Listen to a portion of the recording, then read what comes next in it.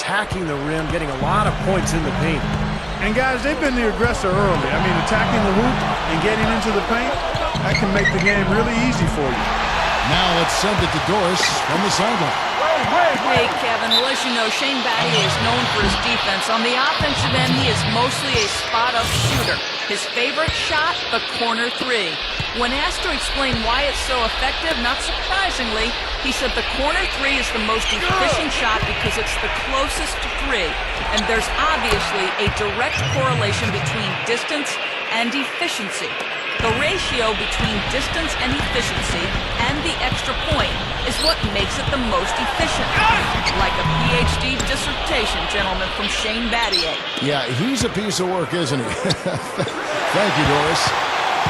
Well, I think the time has passed when the Heat were kind of the villains of the NBA. It seemed like that role maybe went over to Dwight Howard a year ago with all of his individual issues. But, LeBron and Bosh, Wade, they're never going to be, the lovable underdogs. But I think things have settled down there and people have at least accepted them for who they are now.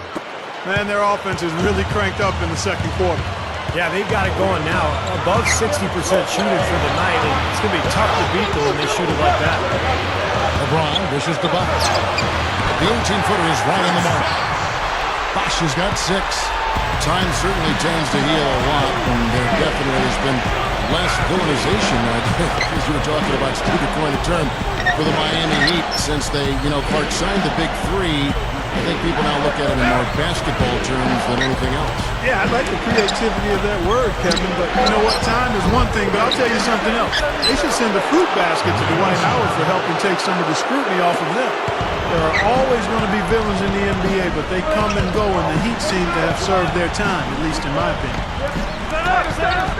The drive by Wade, straight up.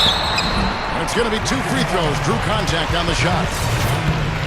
Dwayne Wade, a player who's dealt with some injuries over the years. Matter of fact, he deals with bad migraines from time to time. He actually looked into playing with tinted goggles to help with that, but the league wouldn't allow it. They said it would prevent defenders from seeing his eyes.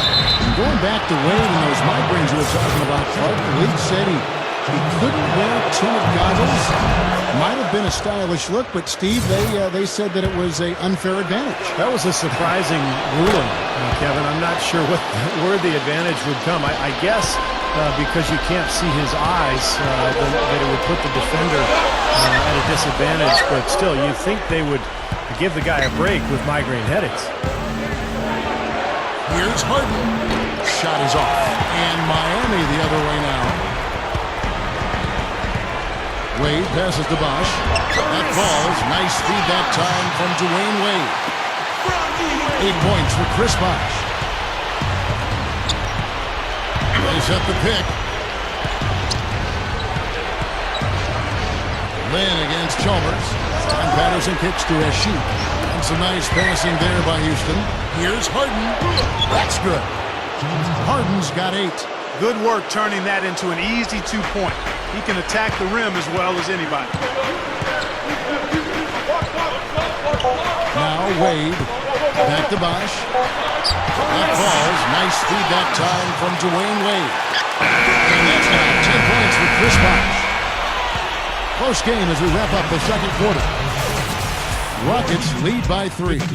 And we'll have the start of the second half when we... And now, brought to you by Sprint. And we played 2 quarters out at American Airlines Arena, and a great game is in progress for our halftime show. The Houston Rockets in front against Miami. Great energy and aggression offensively, making their own luck with a lot of second-chance points. James Harden has been the X factor. He's got 8 points, and he's been able to provide some nice assists as well. And on the other side, Miami's still scrapping. The offense has been firing on all cylinders. This team is cooking. An impressive first half for Chris Bosh. We've come to expect performances like this one from him. And that's it for us here in the studio. Time to send it on back out to Kevin Harlan and the gang for the start.